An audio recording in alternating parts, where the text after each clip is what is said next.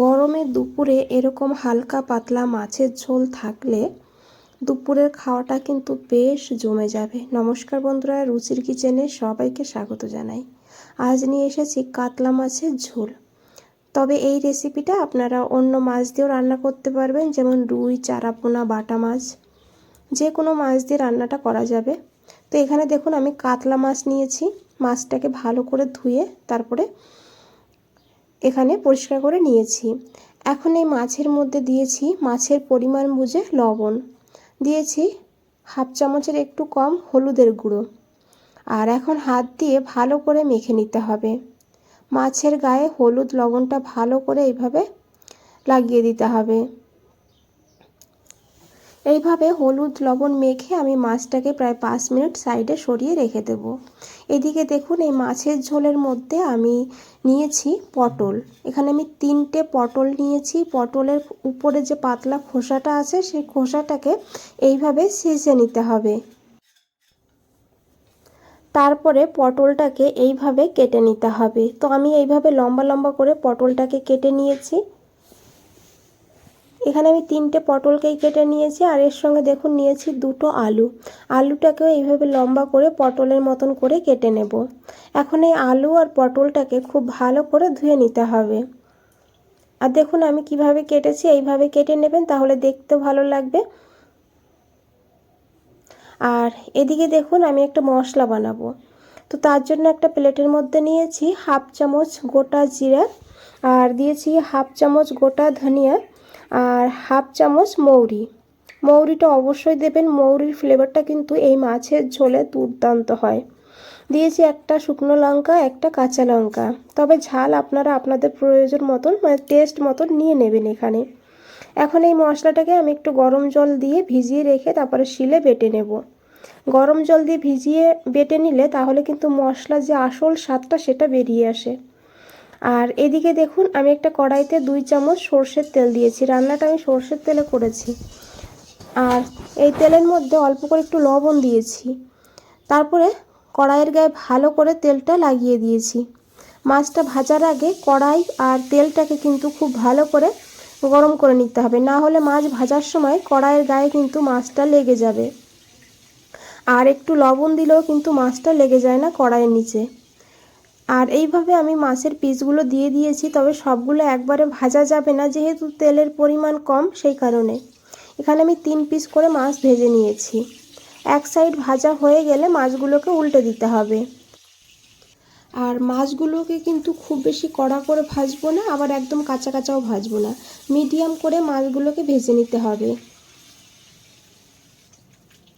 তো দেখুন বন্ধুরা, এখানে মাছ ভাজা হয়ে গিয়েছে। এইভাবে মাছটাকে ভেজে নিতে হবে। এখন এই মাছগুলোকে তুলে নিতে হবে। আর একইভাবে বাকি মাছগুলোও কিন্তু এখানে ভেজে নেব।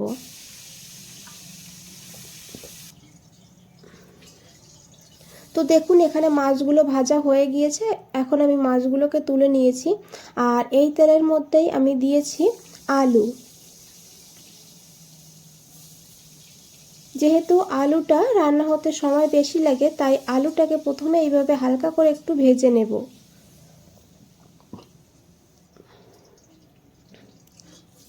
এইভাবে আলুটা যখন হালকা ভাজা হয়ে যাবে তখন এখানে দিয়ে দিতে হবে অল্প করে লবণ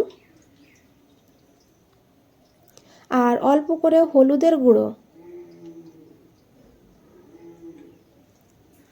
এখন খুব ভালো করে মিশিয়ে নেব। তারপরে এখানে সেই পটলগুলো দিয়ে দিতে হবে।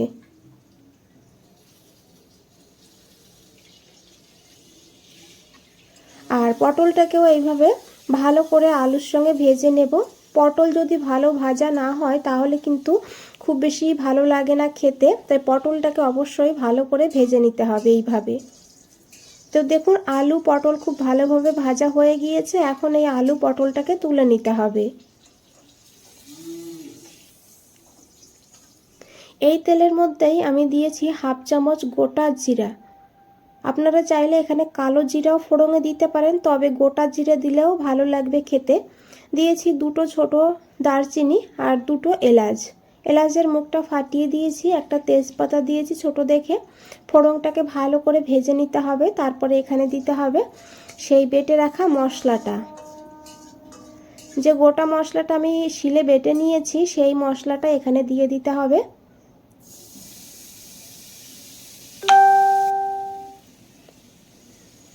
আর এখন এই মশলাটাকে 2 মিনিট একটু ভালো করে মিশিয়ে নেব। খুব বেশি কিন্তু মশলাটা কষাবো না, তাহলে মশলার যে স্বাদ বা ফ্লেভার সেটা কিন্তু থাকে না। আর এই বাটা মশলার স্বাদটাই কিন্তু দুর্দান্ত হয়। তারপরে যদি শিলে বেটে নেওয়া হয় তবে আপনারা চাইলে কিন্তু এখানে মিক্সচার গ্রাইন্ডারও বেটে নিতে পারেন। দিয়েছি এখানে পরিমাণ মতন লবণ, আর দিয়েছি অল্প করে একটু হলুদের গুঁড়ো। খুব ভালো করে মিশিয়ে নেব। তো এখানে আমি কালারের জন্য দিয়েছি একটু কাশ্মীরি লঙ্কার গুঁড়ো, তবে আপনারা দিতে না চাইলে নাও দিতে পারেন। আমি শুধু দিয়েছি কালারটা ভালো হবে সেই কারণে। অল্প করে একটু জল দিয়ে দেব, জলটাকে দিয়ে ভালো করে একটু মিশিয়ে নেব। যখন দেখবেন এইভাবে হালকা হালকা তেল ছাড়তে শুরু করে দিয়েছে তখন কিন্তু বুঝবেন মশলাটা ভালো করে কষানো হয়ে গিয়েছে। আমি আগেই বলেছি মশলাটাকে খুব বেশি কষাবো না। আর এখন এখানে দিয়ে দিতে হবে ভেজে রাখা পটল আর আলু। আলু আর পটলটাকে দিয়েও ভালো করে মশলার সঙ্গে এইভাবে একটু সময় কষিয়ে নিতে হবে।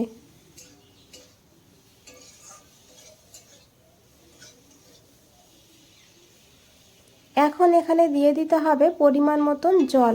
হালকা গরম জল দেবেন অবশ্যই, আর জলের পরিমাণটা একটু বেশি দিতে হবে যেহেতু মাছের ঝোল হবে সেই কারণে। জলটাকে দিয়ে ভালো করে মিশিয়ে নিতে হবে। আর বন্ধুরা, রেসিপিটা দেখে যদি একটু ভালো লেগে থাকে একটা লাইক করে দেবেন, চ্যানেলটাকে সাবস্ক্রাইব করে পাশে থাকবেন, কমেন্টসে জানাবেন কেমন লেগেছে। এখন আমি ঢাকা দিয়ে রান্না করব প্রায় 5 মিনিট, মিডিয়াম টু লো ফ্লেমে। 5 মিনিট পর ঢাকনাটা খুলে নিয়েছি। এখন একবার খুব ভালো করে মিশিয়ে নেব। দেখুন কত সুন্দর কালার হয়েছে। সামান্য একটু চিনি দিয়েছি টেস্টটাকে ব্যালেন্স করার জন্য, তবে আপনারা যদি দিতে না চান নাও দিতে পারেন। আর চিনিটাকে দিয়ে ভালো করে মিশিয়ে নিলাম, তারপরে সেই ভেজে রাখা মাছগুলো দিয়ে দিয়েছি। দিয়ে খুব ভালো করে এইভাবে মিশিয়ে নিতে হবে।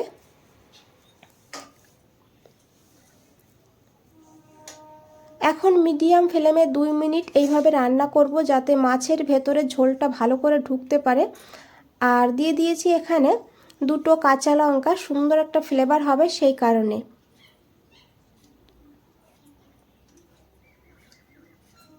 একবার হলেও পটল আলু আর মাছ দিয়ে এইভাবে ঝোল রান্না করে দেখুন, দুর্দান্ত লাগে খেতে। গরমের দিনে এইভাবে হালকা পাতলা মাছের ঝোল থাকলে কিন্তু দুপুরের ভাতটা এই দিয়েই খাওয়া হয়ে যাবে। তো দেখুন রান্না কিন্তু হয়ে গিয়েছে। এখন একটু আমি ধনেপাতা ছড়িয়ে দিয়েছি, হাতের কাছে থাকলে দেবেন, না থাকলে না দিলেও হবে। দিয়ে খুব ভালো করে মিশিয়ে নিয়েছি। আর এখন কিন্তু গ্যাসটা বন্ধ করে 2 মিনিট স্ট্যান্ডিং টাইমে রেখে দেব। তো 2 মিনিট পর দেখুন এসেছি ফিরে, কতটা লোভনীয় লাগছে দেখতে, খেতেও ভীষণই টেস্টি হয়। একবার হলেও বানিয়ে দেখবেন বন্ধুরা। আজ তাহলে এই পর্যন্তই, ফিরে আসছি নতুন কোনো রেসিপি নিয়ে। ভালো থাকবেন, সুস্থ থাকবেন, সবাইকে অনেক অনেক ধন্যবাদ এত সময় ধৈর্য ধরে রেসিপিটা দেখার জন্য।